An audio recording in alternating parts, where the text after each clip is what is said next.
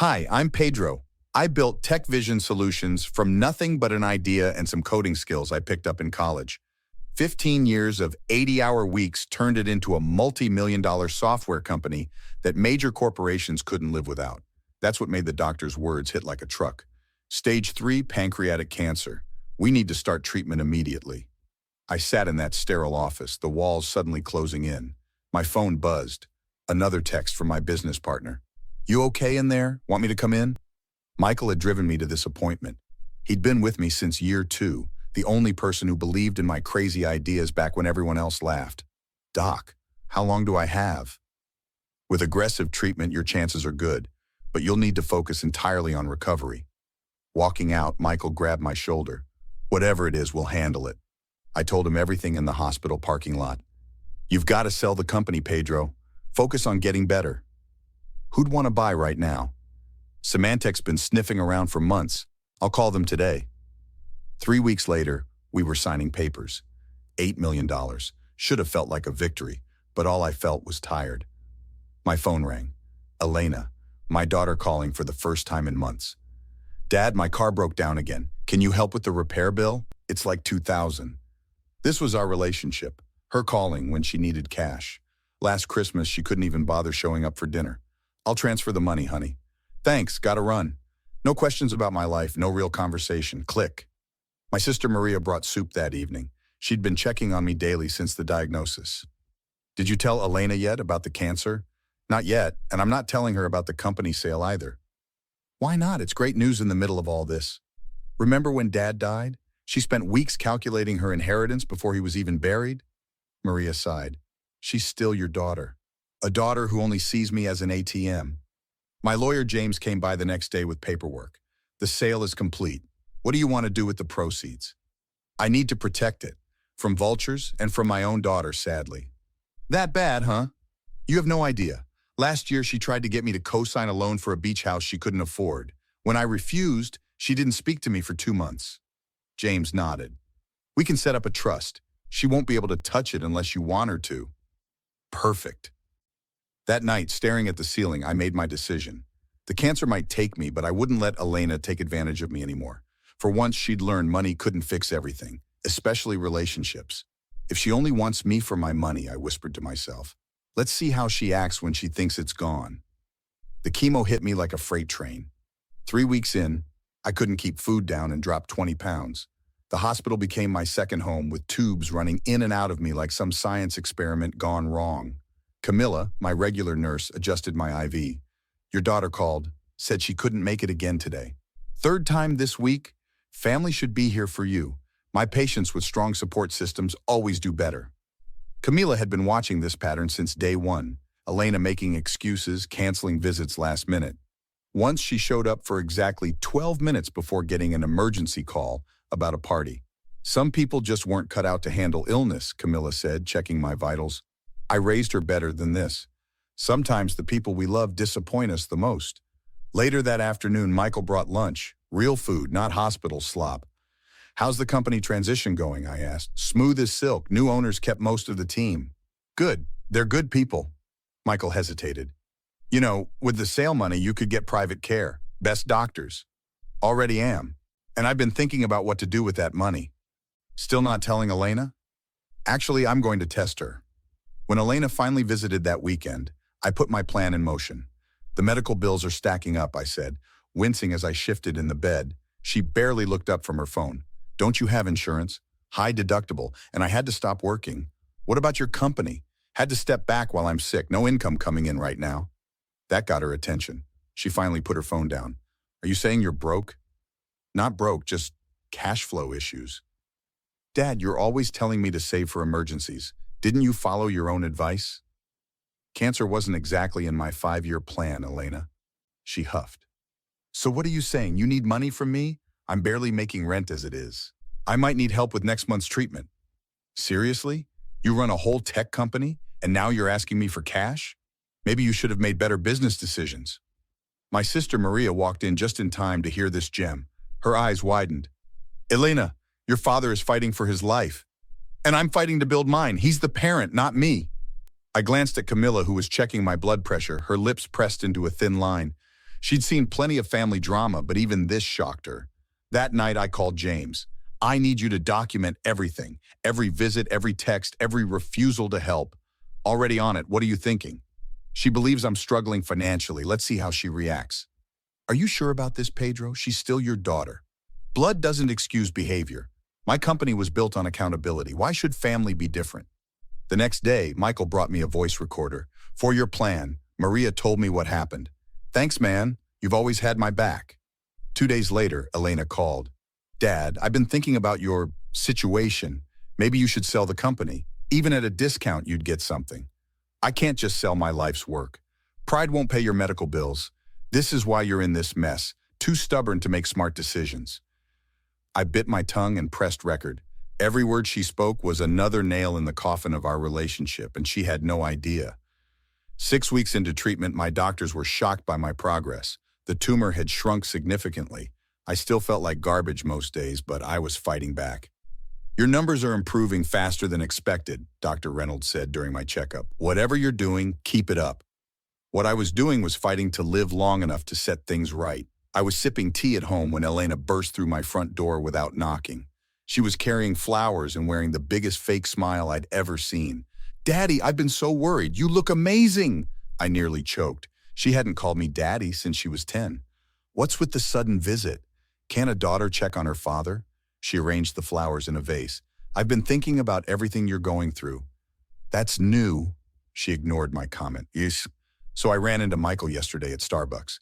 My guard went up immediately. Michael knew to be careful, but Elena was crafty.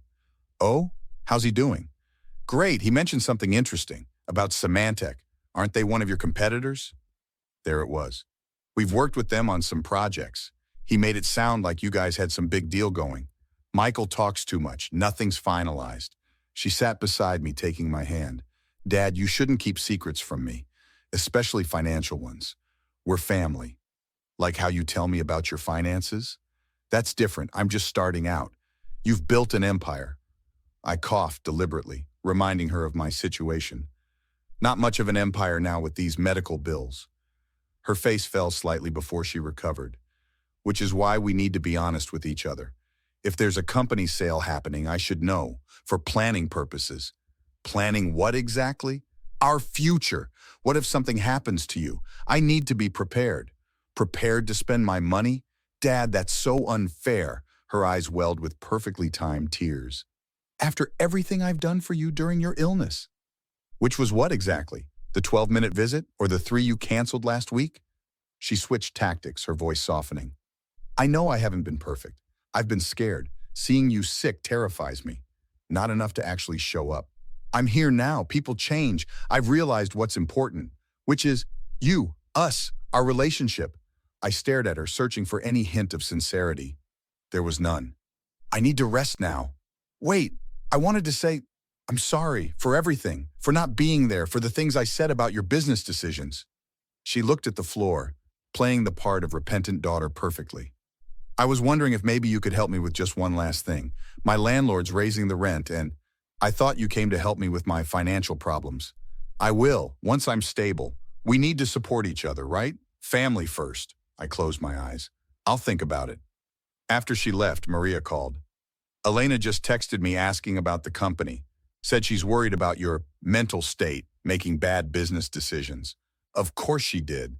She's also asking if I know your bank account numbers for emergencies. I laughed for the first time in weeks. Tell her my lawyer James handles all that now. Will do. How are you holding up with this charade? Getting stronger every day, in more ways than one. 3 months after my final treatment, the scans came back clear.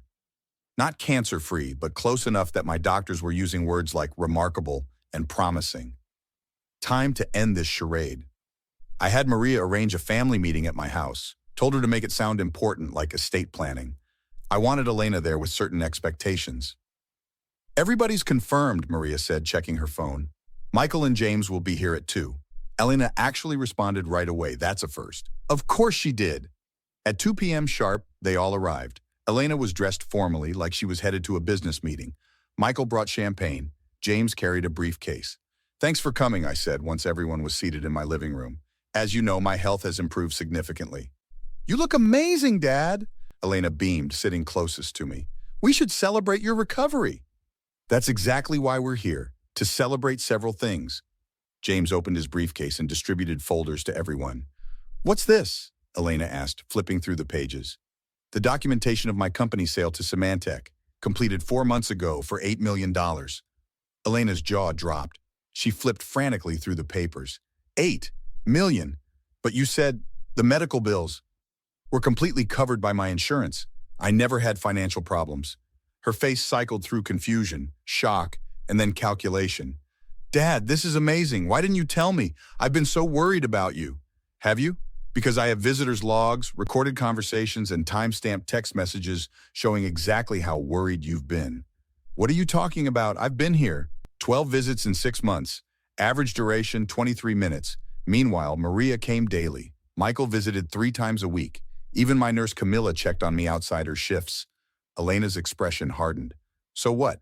You're punishing me for having a life? Is that why you lied about being broke?